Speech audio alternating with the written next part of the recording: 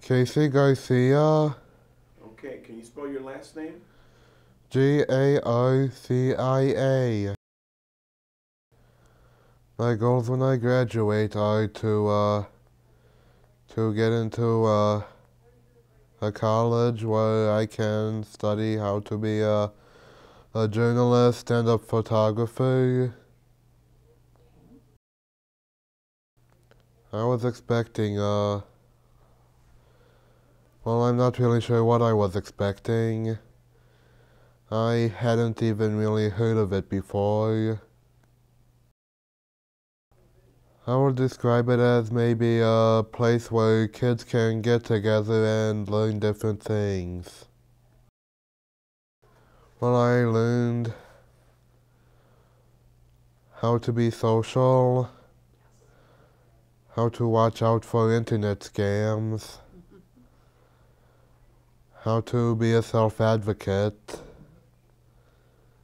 and how to properly schedule doctor's appointments, and also the proper way to do an interview. The reason I kept coming back was because there were good people, and I actually made a new friend here. My parents are like, well, my mom is kind of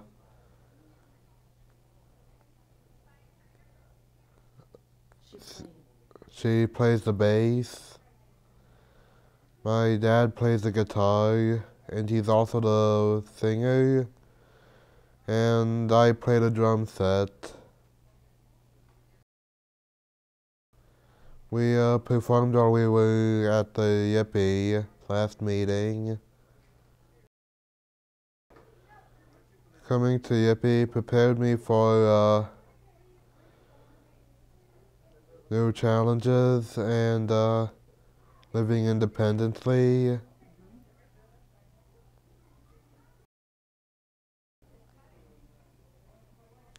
The one thing I wish that people understood was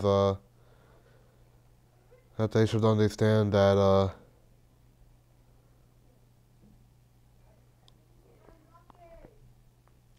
that I have problems. I have anger issues, and they shouldn't think I'm a bad guy because of that. I try to be social, but it's hard for me.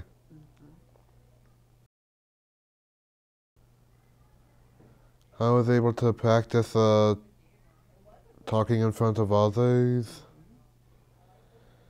and talking to new people. And I think I also learned how to work in a team. Well, I think I would say that maybe it's something that kids may learn to like. I didn't really want to come here at first, but eventually I guess I came to learn to like it. Katie Gazella. And can you spell your last name? Gazella. Okay. So my son is Dante Gazella. He's 17 years old, a junior in high school. Dante has an unspecified cognitive disability. His comprehension is pretty high, almost age appropriate, but his IQ is below 70. He struggles a lot with reading, writing, math, but as far as understanding people and having conversations, he does pretty well with that. He's not quite, diagnosed autistic, but he definitely has autistic behaviors. I would say that we didn't get an official diagnosis until Dante was probably 10 to 12. I knew something was wrong probably as early as, 1 or 2, but we didn't get an official, label. He was labeled as, learning disabled and special ed since early childhood, before he started kindergarten. But as far as an official label, we didn't get that until probably like intermediate school. Dante loves video games. He loves Xbox 360, Xbox One, and he's really starting to like sports now. He's been in Special Olympics for a number of years, and he's really excelling at it, where he's now wanting to watch sports on TV, so that's huge. So he's really developing as far as getting to an athlete, so that's awesome.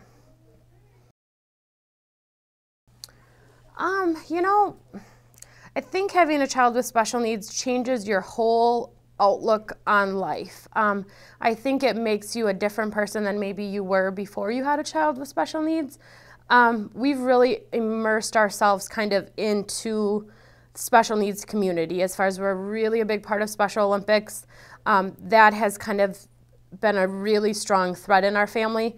My parents are very active with the Special Olympics as well, and that's kind of like our second family. So I think that it kind of has a play in every part of our lives, but I don't know that we're not defined by a kid with special needs. I have other children, so, they all know about it, but it's not, I don't think that defines us.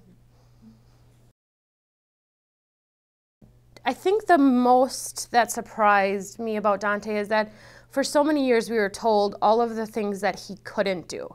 He's never going to be able to read, probably past this level, or he's never going to probably be out of special ed, or he's, all of these things that I think we set limitations for him because we were told all of these limitations.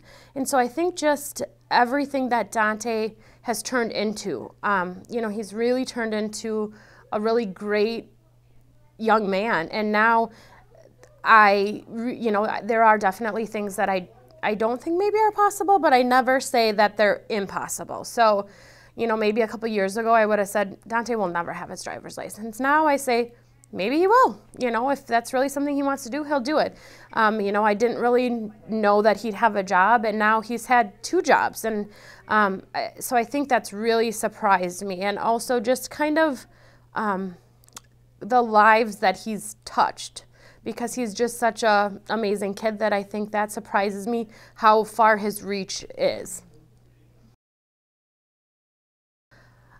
As far as support systems, I think that this entire journey, as far as from young on, I've really kind of searched out supports, and I found it really hard to come by. There was groups for kids that had autism, there was groups for kids that had Down syndromes, or there was always groups for specific disabilities, but I never found just a general group of people that had a wide range of disabilities. So I think I struggled in the fact that Dante, like I said, he's kind of an oddball as far as his disabilities, with the fact that he can't read something, but he can comprehend it, whereas a lot of his peers can read at their level or close to it, but they don't necessarily have the comprehension. So we struggled kind of finding a good support system for him. He could fit in for a while as far as with the sports with kids, just the general ed kids, and then we kind of got to a spot where that didn't quite fit as well. And so I think that there was never anywhere the doctor could refer me or school could refer me that was a support group for people. So until, we found Special Olympics, I did not feel like I had any resources that I could say, well, because I tried to find places where he could learn how to read better. So could he go to some of those specialized tutoring, centers, or was that just a waste of my money because his brain wasn't built that way? And so I think that I really looked for resources. I called the Literacy Center of Green Bay, and, no, we don't do anything with, this or whatever. So I think that the support and the resources out there, there really isn't that much for someone like Dante. And if he didn't have a parent like me who was just steady asking questions and searching, I think he would be kind of floundering. So I think now we have a pretty good support system. YIPPE definitely gave me all kinds of resources. I still think that it's not a one size fits all. And I think that is what people don't understand about disabilities. You can't take 5 kids that have a cognitive disability and say this is going to work for them. You know, special ed teachers in school districts do their best, but again, you can't take 5 kids that have a, you know, a cognitive disability and teach them the same way or think that they're going to be the same way. And so you really can't have a disability center for kids because they're not all the same and their needs are so different. And so I guess I wish I would have learned about other things like the ADRC and stuff like that when Dante was younger, because I really was just thirsting for that knowledge and I didn't think it was available to me. But now I think that we have enough support at this point.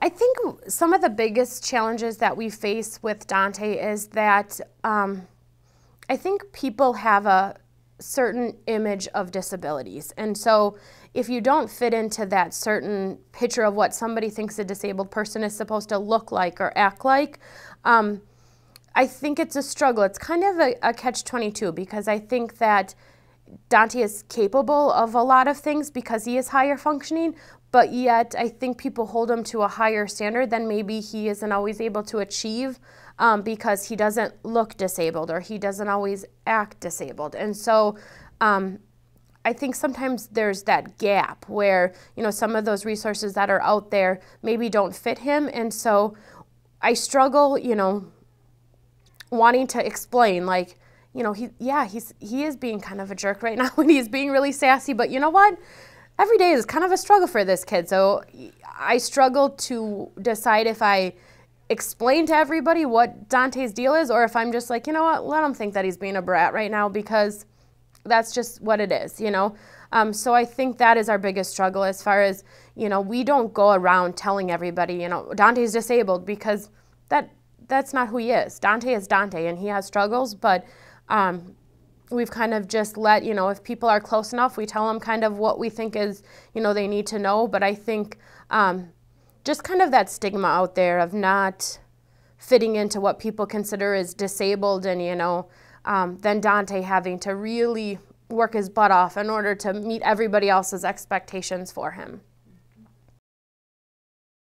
For Dante's future, I'm a little worried about him having something meaningful to do. I worry that he's going to feel like he misses out because he doesn't, you know, he's not going to go to a 4-year college. And I think that some kids really want to go to a 4-year college. I'm worried that he's going to miss out on those things, but I'm starting to kind of feel like he can do some of those things. You know, I thought that he was probably not going to go to his prom, and he went to his prom. So things that I thought he would miss out on, maybe he's not gonna. So I just want him to be happy. I want him to not fly under the radar and just coast. I want him to like do stuff that makes him happy and to, you know, kind of advocate for other kids and other young adults like him to just show, you know, yeah, you didn't even know I had a disability, but look at how hard I work or how great I am at this job. And I want him to be happy. I want him to have a family or not. I mean, he's convinced because he has younger siblings that he will never have children. So I don't know if that will happen, but I just want him to be happy. As much as I think his happy he thinks is playing video games 24 hours a day, I want him to find something else, you know, as an adult that makes him happy. I guess for Dante, he doesn't have as many health care needs. You know, he has his own individual needs, but we have been very blessed in the fact that Dante was very sick when he was little, and now he is probably the healthiest one in our family. If something goes around our house, Dante never gets it. If he gets it for like 5 hours, and then he bounces right back. So we've been on a really, really good kind of stretch as far as Dante being healthy. So I think that's a strength. So we're lucky as far as that goes. I think it's just a matter of, as a family, really kind of pull together to support Dante. So if that means, you know, just my parents pitching in and driving him places, or us working together as a team to kind of force him to do some things that we know in the end he's going to love. You know, they support me 100% as getting him to try new things, going to camp, going to, you know, try a new employer, or, we have a lot of support between my parents and I as far as what we hope for Dante and we know that he can do. Well, I think that everybody who has a child with disabilities kind of has a learning curve. So I think at the beginning, I stretched a lot about Dante's unique behaviors or his, disabilities as far as they wreaked havoc on our household at times. We'd always have a saying with my sister and brother-in-law, it's not a holiday unless Big D, that's our nickname for Dante, cries at a meal. Because unless Dante threw a huge fit at a meal for a holiday, it wasn't really a holiday. And so I think, for a while I'd make him sit at the table, he'd have a tantrum, and it would be a horrible table, dinner, everybody be sweating, and it was like nobody had fun. And so as the years kind of have gone, I'm like, if Dante doesn't want to eat with everybody, I'm going to enjoy my meal. Dante's going to enjoy his meal later when he eats. It's not going to wreck everything, and it's not the end of the world. And so I think that over the years, I've just kind of gone with the punches and figured out what kind of works, and I push Dante when I think that he needs to be pushed. And other times I figure, for the well-being of everybody, that's all right if he doesn't eat a meal with us. I know he's going to eat later. He's not going to starve. We're going to have a good meal. And so I think that, I always say that I don't really have a shock factor anymore because nothing Dante says phases me anymore because I've heard everything, as everyone knows, with kids with disabilities, or they say the craziest things sometimes. And if I let everything he said faze me, or if I didn't push Dante when I thought he could be pushed, and he, for Special Olympics, I think for 3 months straight, every Tuesday for practice, he told me that I was ruining his life. This was the worst thing I could ever do. He absolutely loves Special Olympics now. He knows it's Tuesday. He's ready to see his friends. And he thanks me. Almost every time that I make him do something, he says, I'm really glad you made me do that. I really like it. And so I think I've just kind of gotten thick skin when it came to Dante as far as I know he's going to say these, crazy things, or he might say something hurtful, or he might get really upset, but nothing's going to happen to him. I'm right here. Nobody's going to hurt him. And I think that I've just kind of realize that he shows me every time that he can do it. And so I've kind of that's the way we work with Dante. I force him, he complains about it, might call grandma and grandpa and say, what my mom's making me do, and then he does it, and then he's usually like, oh, that wasn't so bad. And so we've all just kind of gone with it. It seems to work. I think we have a lot of fun as a family. I think every day is kind of crazy at my house, and I think many times my parents have said, you guys could have a TV show, because the things that happen at my house or the things that people say at my house are always crazy. And so we have a lot of fun sometimes just hanging out and laughing. We like to do, like I said, Special Olympics is huge. So we have every sport we can participate in, Dante's in. My parents coach for Special Olympics, so we do a lot of tournaments. That's fun for us. And then outdoors, camping, anything like that. Anything as a family is what we pretty much do for fun. I think my advice to parents would be keep pursuing the information that you want, or keep asking the questions. And everybody here has told me that we just knew something wasn't right. And you have to go with that gut feeling. And when you think that there's something just not right with your kid, even if everyone else thinks that you're wrong, you have to go with it and just keep asking those questions. And then I think it's really important, as much as it is for your child with a disability to have a support, it is huge for the parents to have a support system. So if you can find a group of parents, or you can connect in any way, if it's through the doctor's office, or if it's through school or whatever, if you can connect with parents that have some of the similar problems or issues that you've dealt with, it is huge as a family to be able to have that support, to have that resource, and to just kind of use those people and to help people and get advice and give advice. I think probably the top 3 support systems for us and Dante would probably be Special Olympics is huge. Your school district, I think, is also a huge support. you have the ability to make your school district work for you. And I think a lot of people don't understand that piece of it. You know, there's a lot of times that maybe it's not working for you, but you don't say anything, or it's, you know, you got to just really press that. But I think if you can, a school district can be a really good support for you. And then I would have to say, you know, YIPPE. I think YIPPE was a huge support. I know that Dante has grown and had some great friendships with the people here, and we've really learned a lot through YIPPE.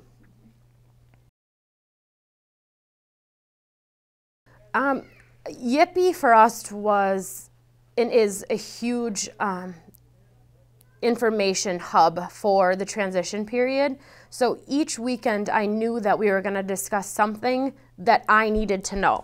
So not only did I enjoy the company of the families and the people that are at YIPPE, I also knew, like, okay, I know we're gonna cover this, and I want to see the guardianship lawyer, and I want to see, you know, the people from NWTC, and so every weekend that we had YIPPE, I knew we were learning information. So I always wanted to come back and get that information. And Dante also really wanted to come back to YIPPE.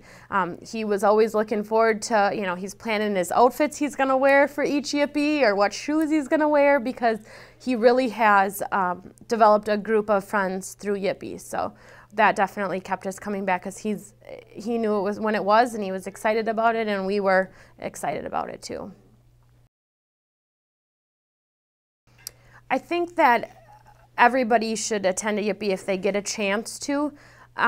I think from the very beginning, when we had, I think it was the first weekend, we all talked about, like, our story. We drew like a picture, and we went through, and everybody talked about their story. And I think that that was probably the most powerful thing that we could have done, because it really just connected us all. And just because, you know, one of the children maybe has Down syndrome, or one of the children has more medical issues than Dante, we were able to realize that everybody went through all of this stuff and got to the place that they're at now. And so I thought it was really important just to know that, hey, we weren't the only one that had such a hard time getting a diagnosis, or we weren't the only one who, you know, their kid is just kind of hanging out there in the middle, as far as they don't fit into the typical, you know, guidelines at school. Or so it was really good to finally just have this larger resource of people that I knew were still hanging on and still doing everything they needed to do,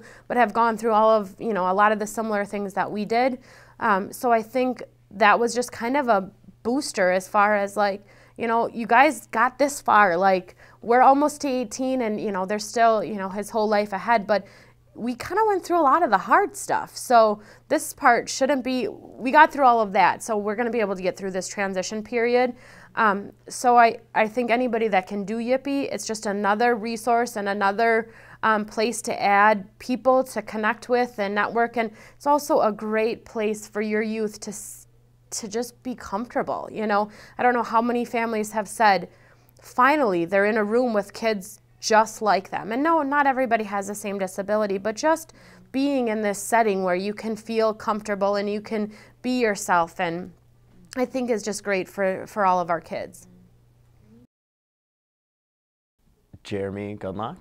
And can you spell your last name, please? G-U-N as in Nancy, D-L-A-C-H. I started with natural supports when I was a junior in high school. I was asked to be part of the natural supports training in Wausau, and it was a 2-day training. We ended up staying the night, which was nice because I was in high school, but it was pretty packed full of, I mean, the first day was a lot of them kind of getting the information to us, and then the second day was us making our plan on what we were going to do going into the high school.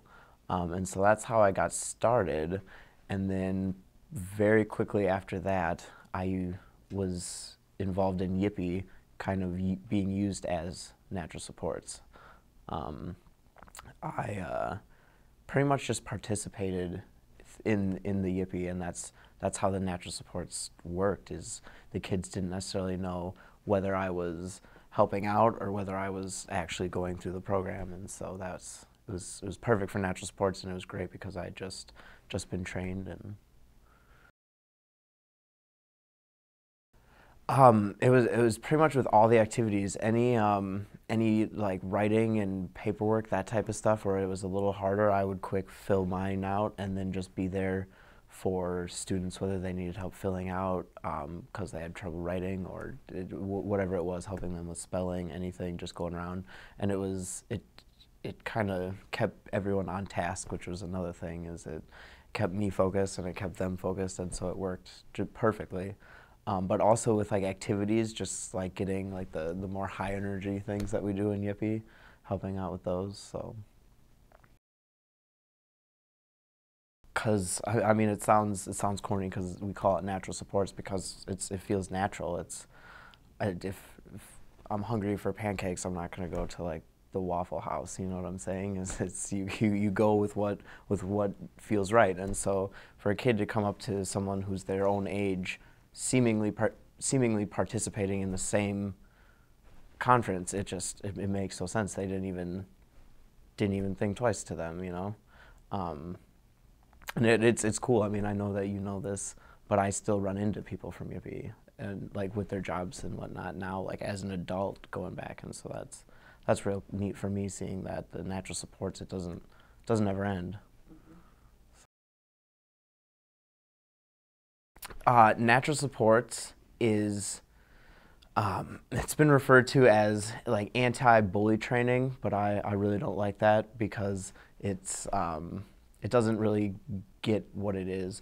Natural supports it's an inclusion program, and so it's working with all students, changing the culture of their high school to be accepting.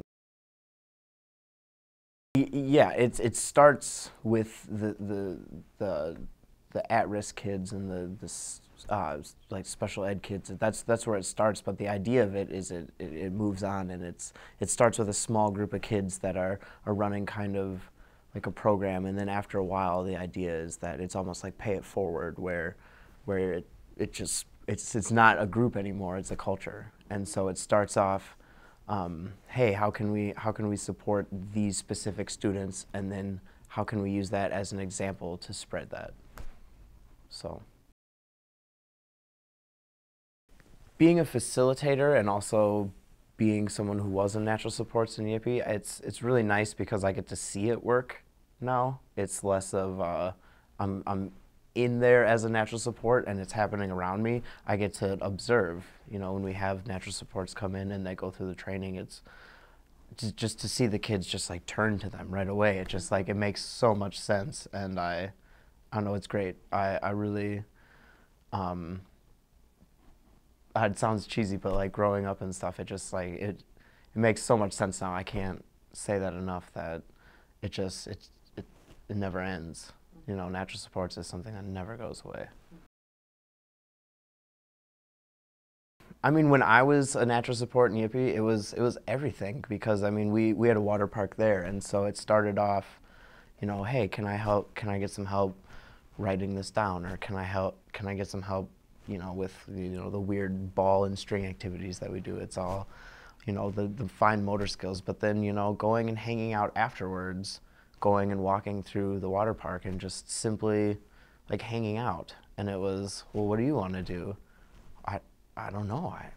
Well, what do you want to do? It's, well, we're at a water park. Like, let's just go have fun. And it became a lot of life lessons about just like social skills, just so naturally, because I like literally just went into the water park area and did whatever I would have done with my friends, you know what I mean? And for a lot of these kids, it was just having someone see them as a peer really has an impact, seeing that they have peers. You know, I just like this last week was talking to a student, and he about him being a self-advocate, and he referred to his aide as his school mom, and I feel like we hear that entirely too much, because students are given a one-on-one aide and it becomes their mom for at school. And this kid's, he was like, you know, I have a mom. I don't need a mom at school. I need friends. I need to learn at school. And so that was really powerful for me to hear.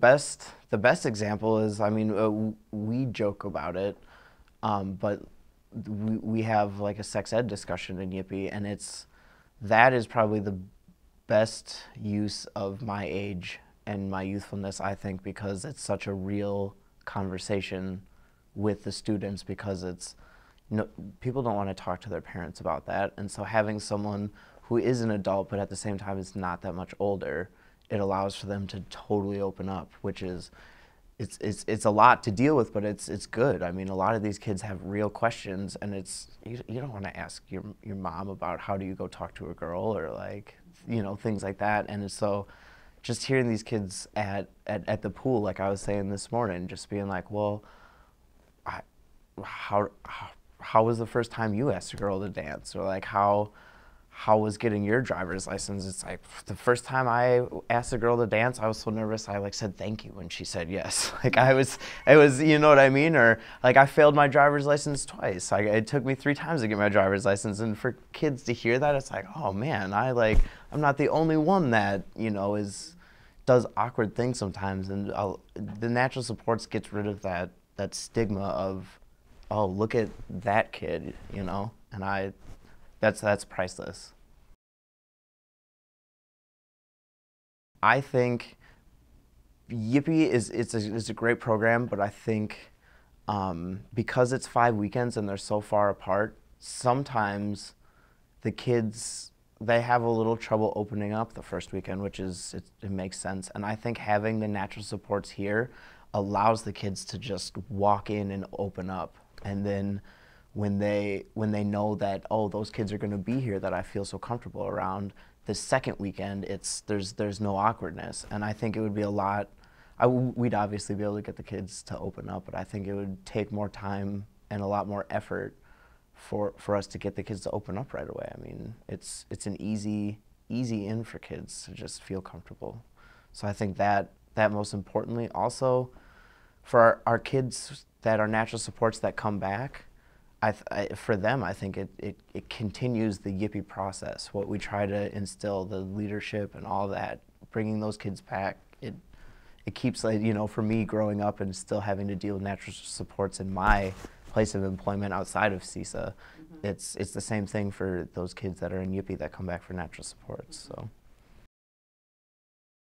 I wish that I was forced to go through this program as soon as I got into high school, because I mean, I wish I had someone like walking me through the process, because in regular ed, they don't do that. My guidance counselor was like, here, take this interest survey and figure out what college you want to go to, you know what I mean? But these kids have a pretty unique chance to have someone sit down and be like, what do you want to do with your life? And let's plan it out. And I think, I mean, for me going through it, that's what it was. It was like, oh man, I have options. What do I want to do with my life? So YIPPE is a leadership program in general. It just so happens that we offer it for kids who have IEPs, for special education. But yeah, it works regardless of how you learn or what your IQ is. It's a leadership program. My sister Jamie is she's definitely a leader, and I had no doubt that she was going to get that job, because going into this, she was young. And it's perspective. That's like I always come back to that word, because YIPPE and natural supports, it gets people that kind of looking glass, where it's like, I'm right here, but like looking out, like everyone is in this room. So my sister Jamie started with natural supports pretty much as I left high school. She was transitioning into high school.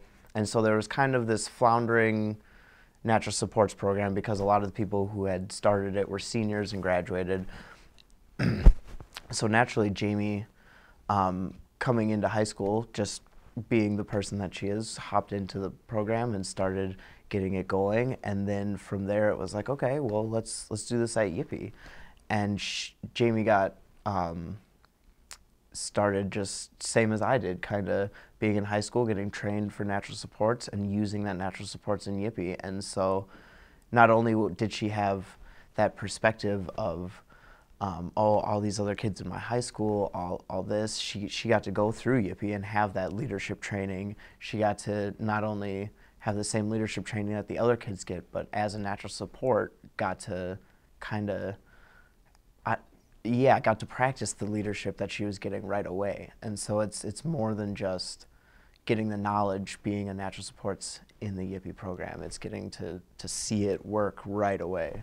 So I think that was the biggest thing for my sister Jamie. I would say that my sister Jamie is a much stronger person. She's much more confident in the things that she knows what she wants and she knows what she doesn't want. And I think that is, you can't really put a price on that. You know. Taylor Allen Christensen. Can you spell your last name? Christensen.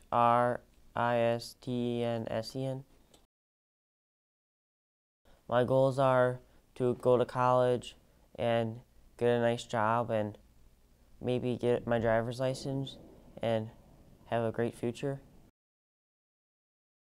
I want to go to school for like something with animals or plants or horticulture. Oh. My thoughts were like, I'm excited because I get to meet new people and I get to learn about to be better in social and school and life.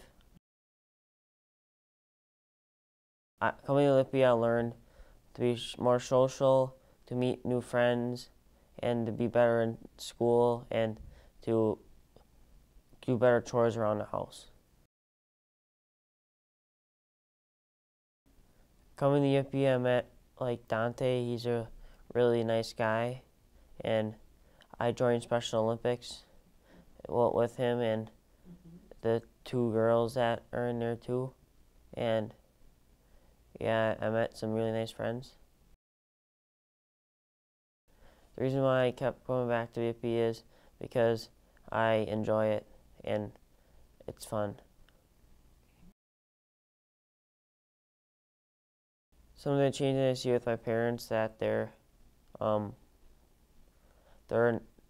more, they expect me to do the stuff, except they don't tell me what to do. They expect me to do it on my own. They prepare me to go to college and be more social and interact with other people. I enjoyed Teacher Weekend because I had Miss Bloom, and she's a really nice teacher, and she really cares about me. I wish people would understand this because people with disabilities can't always do the same things as other people, but they can try hard on it and really try their best, and they can still do the same things as other people. Allison Brown. Can you spell your last name? Brown. When I first heard about YIPPE, I was nervous, but then a little bit excited. My goals when I graduate is to go to college, And do what? do early childhood. It's fun, and you get to meet new friends, and you get to learn how to be independent.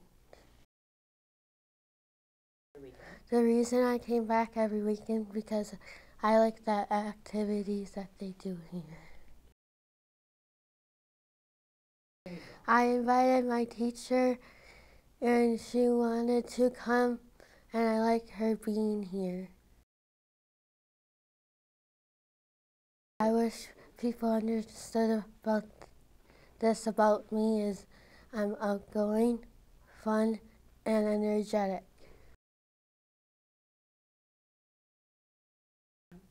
YIPPE is a fun program. I like dancing because it's fun and I get to dance with my friends.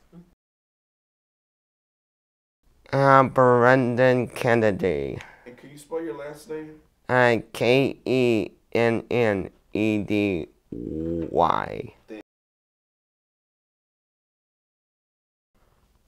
What my goals are for graduation is go to a tech college. And the place I'm thinking of going to is NWTC. Well, you know what? I'm really hoping to get like a degree in like sports journalism and that sort of stuff. Well, you know what? When my mom first told me about YIPPE, I thought, well, you know what? It's gonna be a good experience since I'm getting to be a bit more of a what you would call a adult. And maybe this can actually help me further into the future. Well, you know what, man, the YIPPE experience was really good. Got to meet a whole bunch of new people, and especially like people like you, Jeremy, and David. What else? And I can actually use one like one that was like the doctor's office with the medical insurance card or whatever it was. Maybe I can think to myself that maybe I can actually do that maybe in the near future, and maybe not mom helping me because I can do it on my own.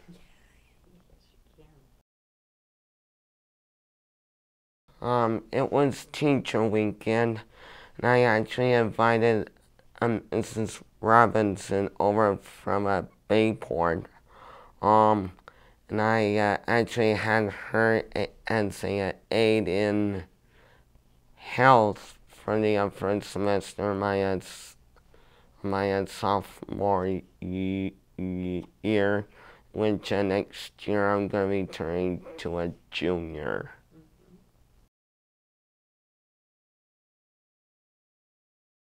You know what, so when I thought of it, I actually thought it was a good idea for Miss Robinson to come over here and maybe experience what YIPPE is all about. The things I enjoyed most about YIPPE was going down to the water park, and also going to the arcade. I really liked it when you actually get those like fake dollar bills or something like that to get us something to eat before the movie.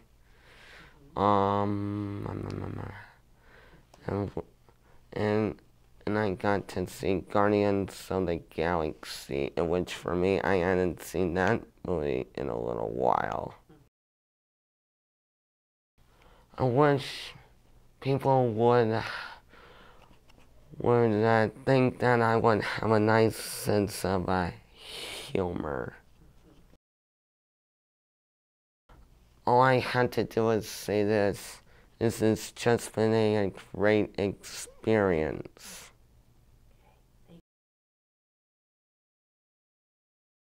Evan Lindberg. And can you spell your last name, please? Lindbeog.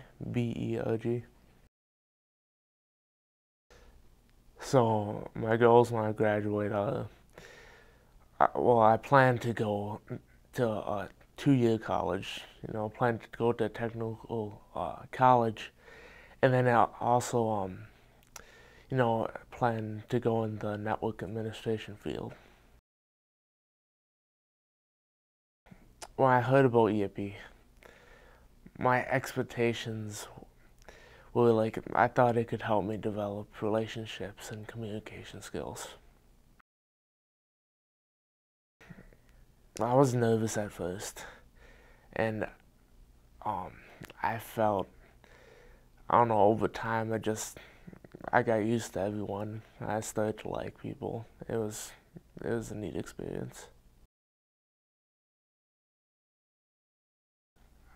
It was, I guess, I'm not used to like meeting new people, and it was just cool to get to know people and understand how people think, and people's different point of views.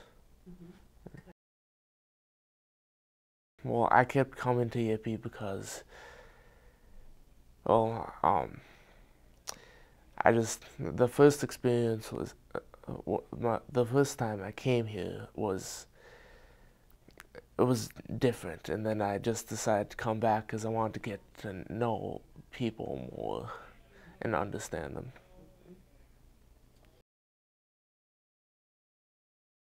YIPPE has prepared me for life after high school, because I feel like I know how to handle difficult situations, and I know how to I feel like my communication skills have developed a lot.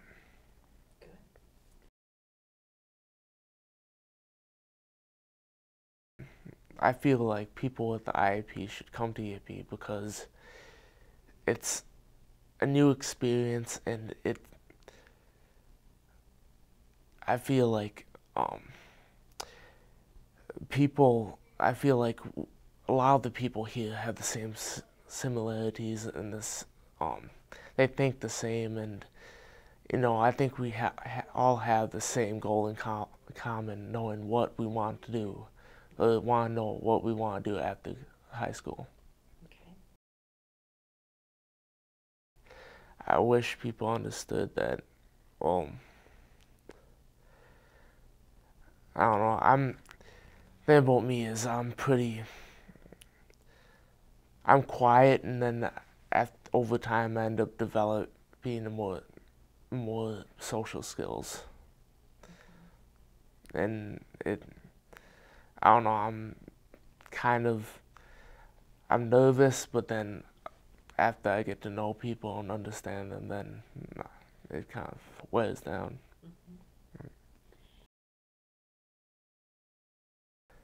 Well, I feel like the program helps a lot, and it does build that confidence, and it builds character, and it shows you the opportunities that you have after high school.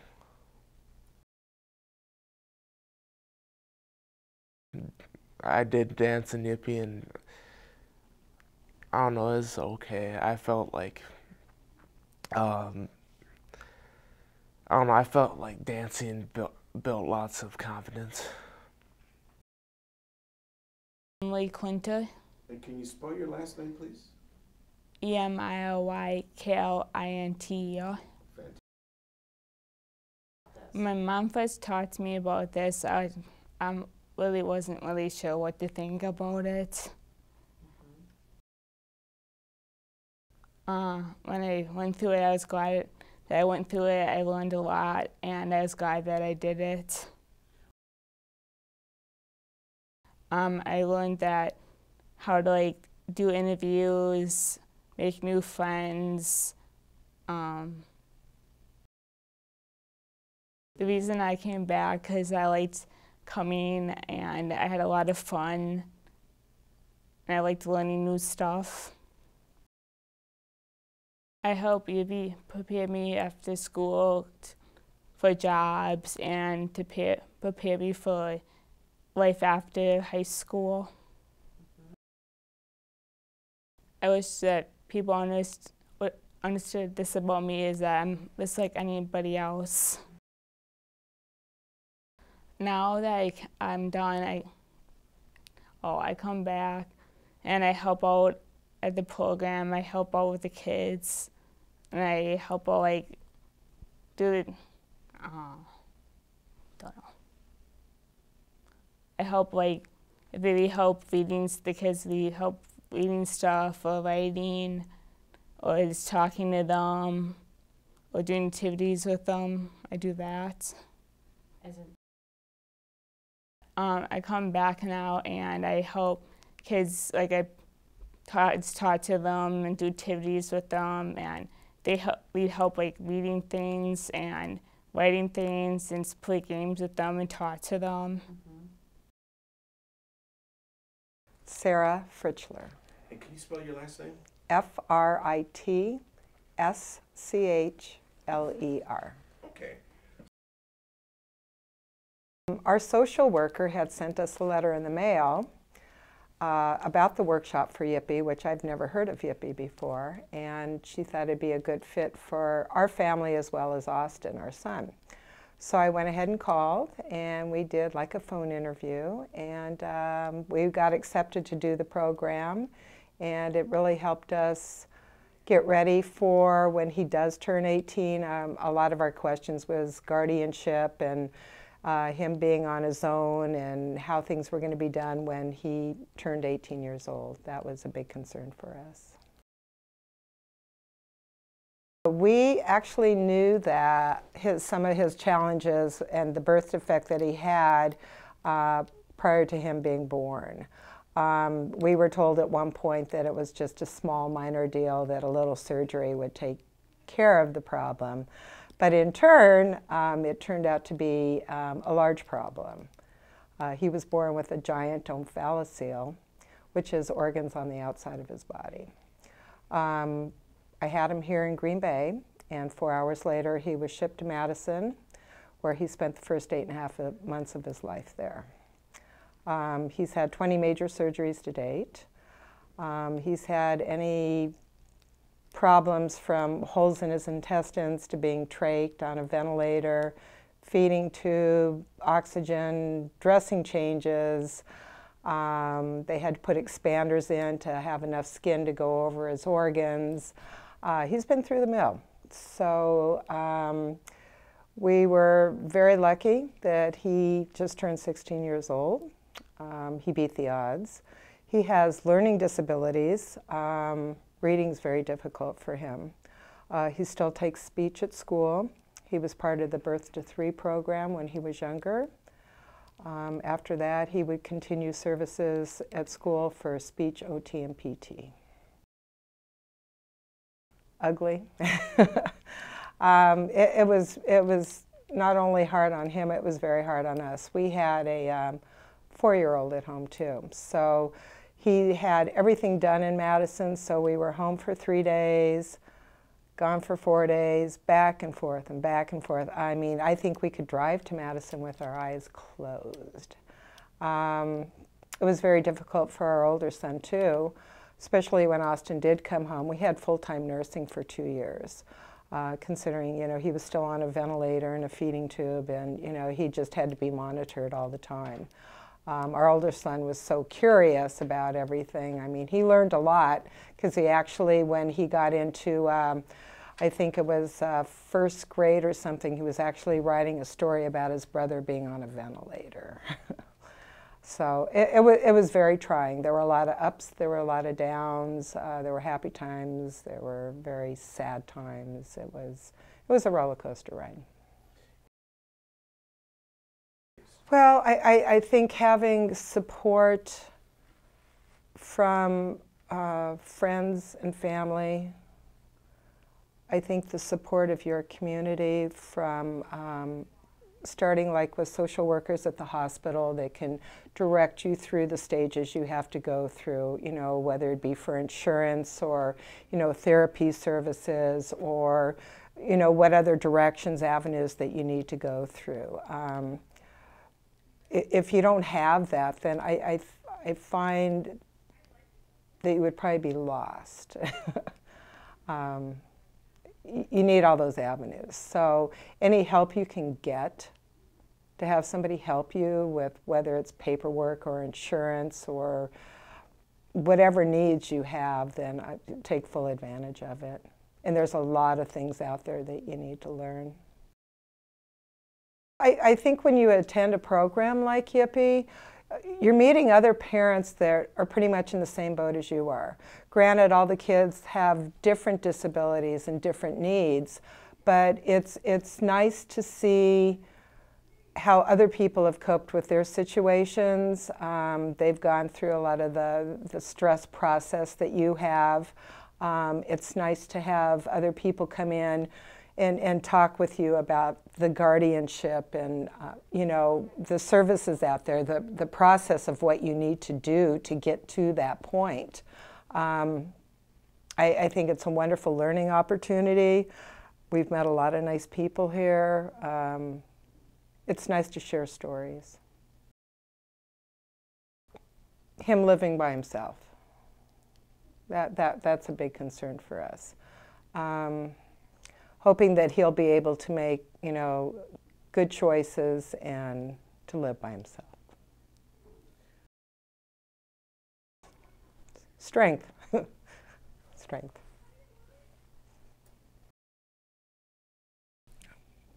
He's a good boy. We love him.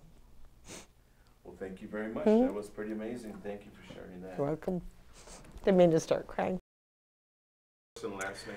My name is Becky Brown. And can you spell your last name? B-R-O-W-N. Talking about ages and children, I have 2 children with disabilities. My oldest is 22 with more significant disabilities. That's Anna. And Evan is 16 and in the YIPPE program right now. So when Anna was diagnosed, she was about a month old and started having, in daycare, I was working as a daycare director, she would start having almost looking like seizures. She would double up and cramp up. And we went to a pediatrician and he thought, I think it's a behavior, which was very odd. And it ended up where she was having infantile spasm seizures. Then she had full-blown seizures. So Anna has a pretty major brain disorder where she had half of her brain removed as a hemispherectomy on the right side. So her left side is affected. She's nonverbal and needs pretty much total care. Although, you know, there's a person in there that she has her own personality and you know she understands you. So, but that first diagnosis when she was just a baby was real hard when the physician doesn't always believe what you're saying and then you're very concerned about something and they're like, I think it's a behavior that she's doing this. And then they were concerned because my mom was a nurse and maybe I was getting too much feedback from my mom. So that was a really hard time. Yes, Anna, caring for and helping my child during the week, she's 22, but she is living with us. She is total care.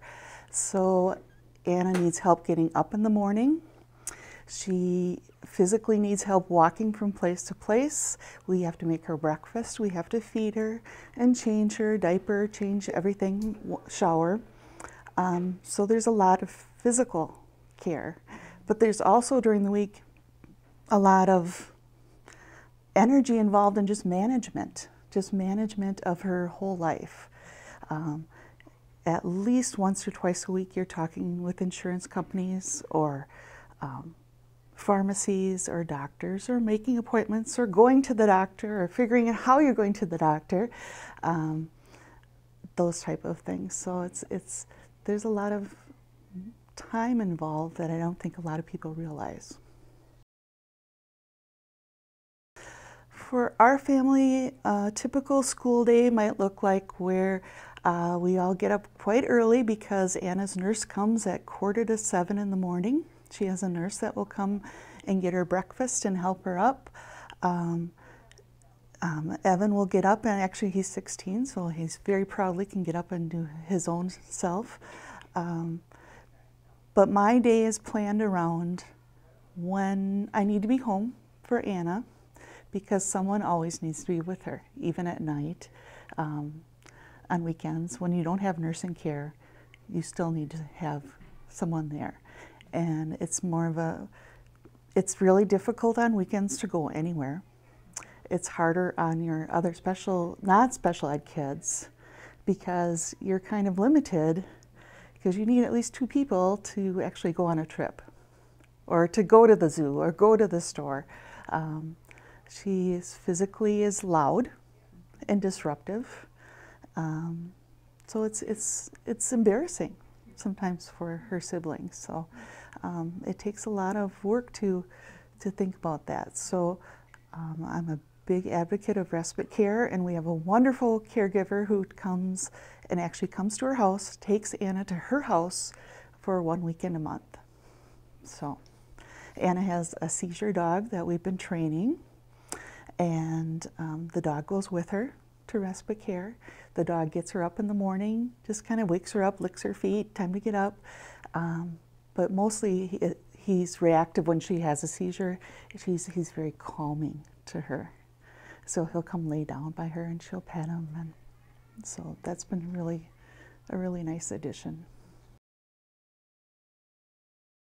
When I think about my daughter's future, being she's 22, I'm going to be 50, you're thinking it's not something, they're always with you. They're always under your care. I also have a 24-year-old son who's off at college and at grad school, and he can take care of himself. But you're really concerned about what happens if you're not there. What happens even if mom's not there and dad's there? You know, mom kind of knows all the routine and knows the medicine. So you're always thinking about, there can't just be one person in this one person's life. You have to make it a community event. And so we really try to get different caregivers, more than one caregiver, a variety of neighbors to help, and just being aware of that there's help out there. What concerns me about my future is something that I think I'd like to have the community members know, that how physically taxing and mentally taxing it is on being a parent of a child with special needs. Because there's so much physical energy, mental energy that goes into it, your health really declines. So I'm very concerned about my health. For our support systems for our child, we had, my mom was a great support when she was alive, because she was a pediatric nurse, worked at Children's Hospital. She knew the good doctors to go to. He's a good neurologist, let's go there. I think our biggest support as a family, it's brought us really closer, my husband and I, together, because we are our biggest supports. We live through it every day. We know what's going on. We're very able to talk about concerns and struggles, and so that's been a big support. Being connected with YIPPE and CISA 7 has been huge. Being part of the YIPPE coordinator, we're able to just have those connections of what's going on in the state, and I think that's been very significant. My advice to other children, or parents of other children with special health care needs, would be definitely, what I've really noticed is it's important to have high expectations, really high expectations. We enter into a system where we talk about deficits, and from day one we talk about, this is why your child needs help and this is what's wrong. And we need to know, as parents, you need to have those high expectations. It's so huge for outcomes as our kids as adults, what I have learned in the past 22 years. And the research shows that those high expectations, and to make sure that everybody around you has those high expectations. My advice for other parents with special needs children is to tell your story. I really like that, to tell your story. Because other families, other people, other community members, other legislators, just people in your neighborhood do not know what it's like. And how can they? They can't. And you can't expect them to. You need to tell your story and what it's like. And it's okay. It's okay to ask for help. It's okay to be a part of the community. But definitely tell your story. You know, I've worked with YIPPE as a family engagement consultant for 15, 16 years now. Yeah, since YIPPE started, even before YIPPE started as a different grant. And so getting in YIPPE to the Green Bay area was huge. And Green Bay school districts were just so supportive in helping to put the dollars down, put the money down to help us do that. And we've found community members, having different community agencies from our CCOT help be presenters and facilitators at YIPPE. It's just been huge. So part of my job has been helping parents to get the word out, to get parents to YIPPE, and it's been wonderful. Everybody who's been to YIPPE or are just so thankful I told them about it, and that they went to it and they tell other parents, and it's just been a real positive experience for anybody who's been through YIPPE. So it is a very empowering program, and I think all parents and youth should go through it. Even if you can go through Parents in Partnership, that would be wonderful. But I think the 5 weekends gets parents to connect with each other, and that's what they don't have that at school. With different agencies. Every agency is doing their own thing, but this kind of gets parents together, which is huge. Stacy Giese. And can you spell your last name, please? Giese. My daughter is Sarah Giese, and she is a junior now at Pulaski High School. Some of the things that she does like to do are artistic things. Drawings of horses has been a really big focus of hers. Crafts, jewelry making, 4-H she's been involved in, and is in visual arts mostly. So she has a lot of things that go into that category. She hasn't been diagnosed with anything.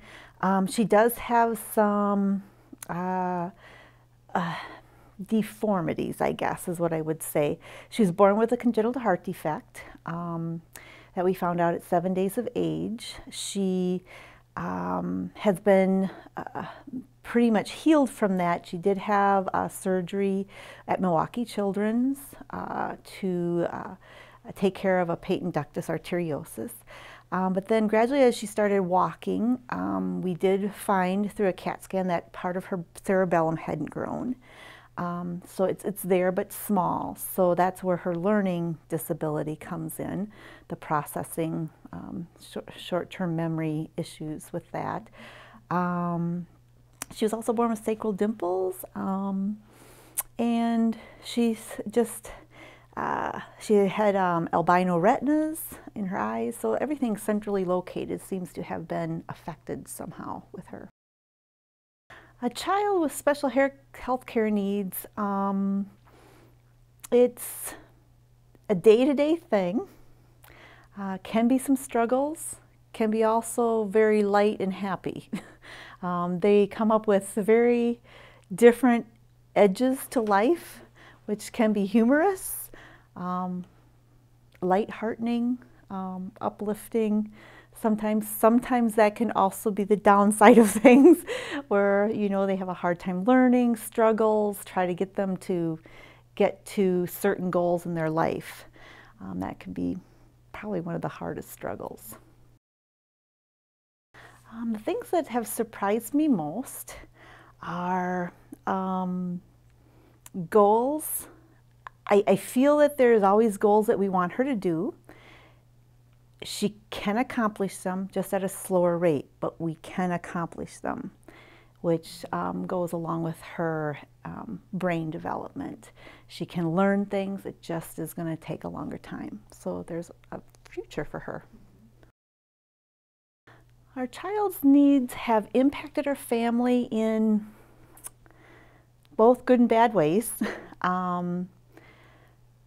Sarah's needs have made us maybe come down to earth a bit, help us all bring us back to a reality shock, because sometimes as you're going, you kind of lose that, and then you have this child who's like, wait a minute, I've got this to deal with.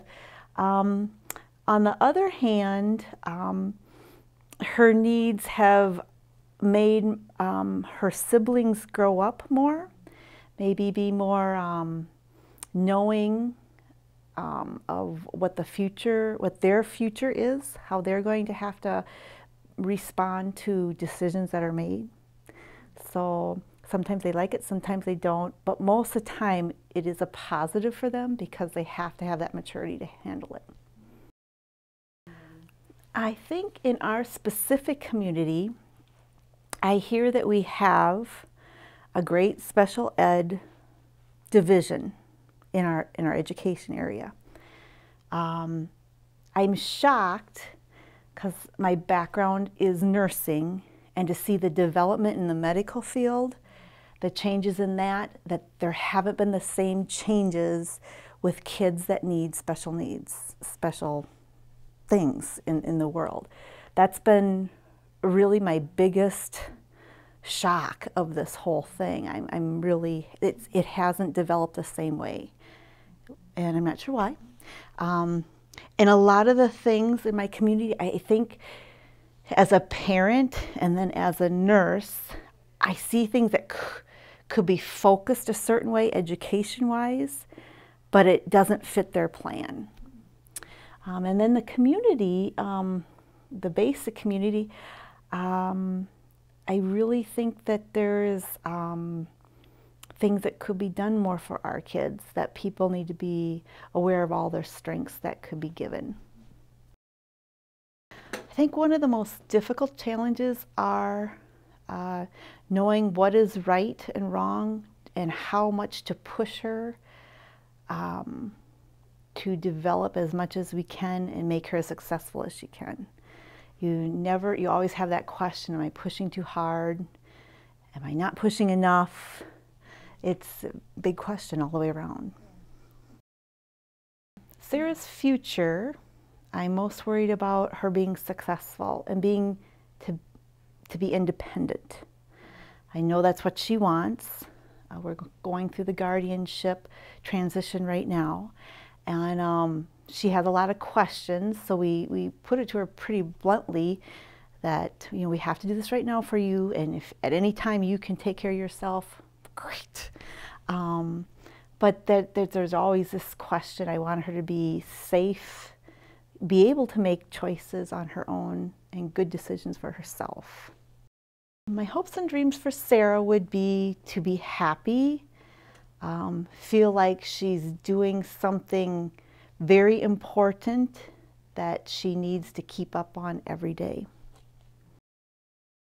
My Sarah is very unique all the way around. She's very shy, but she's not shy at all. She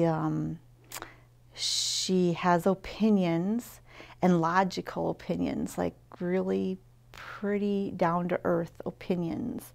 Some things may be a little quirked, but she has a really good baseline. Until you know her, you never would be able to get that out of her. But once you do know her, then it's I'm not sure where that always goes, because she's got this incredible personality that sometimes needs to be tamed down a little bit. Pretty much the way that I cope with her differences are I try to be calm.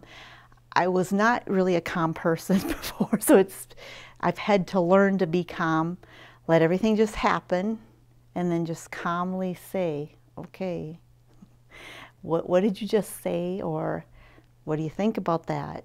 I had to really learn myself to react to her responses, but not in a crazy way. And it's just what it is, what it is. So that's how I've had to learn, like, this is what it is. We've just got to move forward. And everyone seems to understand that when we're in situations that she maybe speaks out, maybe a little inappropriately. So if that makes any sense. I would like to see other agencies or services really get to know her. And understand that she does have a lot to offer, and she is pretty controlled. She just has to feel comfortable enough to move forward. Maybe take a little more time with her in interviewing processes, but she could be a really useful resource to a lot of different types of employers, or like the agencies that, as they look at her, really understand her little quirks, because some of her quirks are her positives, if that makes any sense. Well, the YIPPE program has been a godsend. I'm pretty proactive, and it just seems like you hit walls as you start asking questions or trying to help Sarah move along in any direction. All these ideas that the YIPPE program goes through is things that have went through my head, and everybody would just kind of shut you down. Don't worry about that now, don't worry. But I couldn't see where we were going with her. And then now we were here, and I was still trying to piece things together, but then the YIPPE program came up, and I'm so glad that we came here to put everything into a logical format to work with. And then as we've gone along, then the DVR, ADRC, even her special education coordinator has done some extra education that has brought more things to the forefront that we could maybe possibly utilize for her. She also has a sister who has been really proactive. She's going into education, and with her background in special ed, because we have a child with special ed, she is the one who's been proactive to get her first job. She set that whole thing up with her supervisor that she worked at a hotel with, and got that all set up, and that's just been great, you know. I didn't know. I didn't know. I had no idea. It was just brought up to me. I had some people suggest to go to it through our Special Olympics agency, which is probably another one of those agencies that was a big support that I forgot to mention, because they're also they have a lot of ideas. And but I didn't know. They tried to explain it to me, but I was like, oh, okay, you know, I'm not really sure, but I was just kind of like, I need to do this, you know, I need to do anything. I'm kind of one of these ones that if anything's out there, I'll just grab on to try to get informed, because I don't know what else to do. So I got invited to it and thought, we're going to do it. And then after the first time and the second time and then each time, I thought, I'm not missing it. We have to just make an arrangement, you know, because there's just so much information that gets put down together in a, like I said, a nice format that you can follow and figure things out step by step by step. The experience with YIPPE is something you can't really go without. I mean, if you have any investment in your child, you have to go, because you can't get the full picture just by calling one agency up. They don't interact with each other. They don't follow through with each other until you see it put in front of you in black and white. On all the transition stuff, you can't get the full effect of it till you go through YIPPE and understanding it very well what to do. Probably already used 50% of the information that I've got already, and we're not even done. So, you know, with the guardianships issues, we're already almost to the end of that. Estate planning, DVR, ADRC, we're all hooked up, boom, boom, boom. That's what we've all done just since YIPPE has been brought to us. Sarah has been prepared by taking more independence on herself. She's more verbal and descriptively verbal on many issues. She's able to open up about the guardianship. She would prefer not to do the guardianship. But when I put things back to her, like, how are you going to take care of yourself? She's able to understand, well, I can't. So she's able to put those connections all together. Physician appointments, she's very able to express things much quicker and easier. And if they need more detail, she'll switch and give them more detail so that they understand what she's going through. Because a lot of times physicians don't want me to talk, they want her to talk. Because she's had a couple injuries, quite a few injuries the last year and a half. So she's been through that quite a bit recently. So to see her mature and develop, and I think a lot of that has to do with YIPPE and their practicing that they do to get them through. Sure, I can talk about my community action plan. Mine is kind of, it's almost got 3 folds into it. My community action plan is attempting to inform employers in our area that this is a resource that they could utilize. One of the ways that I felt to do that was to go through our high school newspaper. We have a published high school newspaper that gets put all around our area, and most of the time business owners, because they have advertising in it, pull it and have it on their front desk, on most all employers' front desks areas. And I wanted to suggest getting informed about Project Search. I don't know if anybody's heard about that, but that's where the hospitals have made a stand to give kids internships throughout their hospital and give them employment if it's successful. And throughout the nation, it's been very successful. So our area has just started to do that. And then another part of DVR is Youth OJT, which is between their graduation and their last year of school enrollment. They are able to work with employers to give our kids about 500 hours of work hours experience. And so I kind of want to get that word out. Another fold of this is I work for one of the hospitals that is utilizing Project Search, and I was asked to be the mentor for our area. So I'm coming from all different angles of that, and we just got through our assessments with the kids that they have pulled in. So that has been really a different enjoyment, and to see that these hospitals have put themselves out there and they're very excited. It's a very exciting movement, and it's kind of fun to see that all evolve. So I want other employers to feel that. And so I'm working with the Pulaski News that we're going to put an article out. We're kind of playing phone tag right now, but to get an article out to inform them of all these things, and then somehow build a networking system for employers to possibly utilize our kids. I think for my daughter, it seemed like she was really worried she wasn't going to get there. So it must have been a very important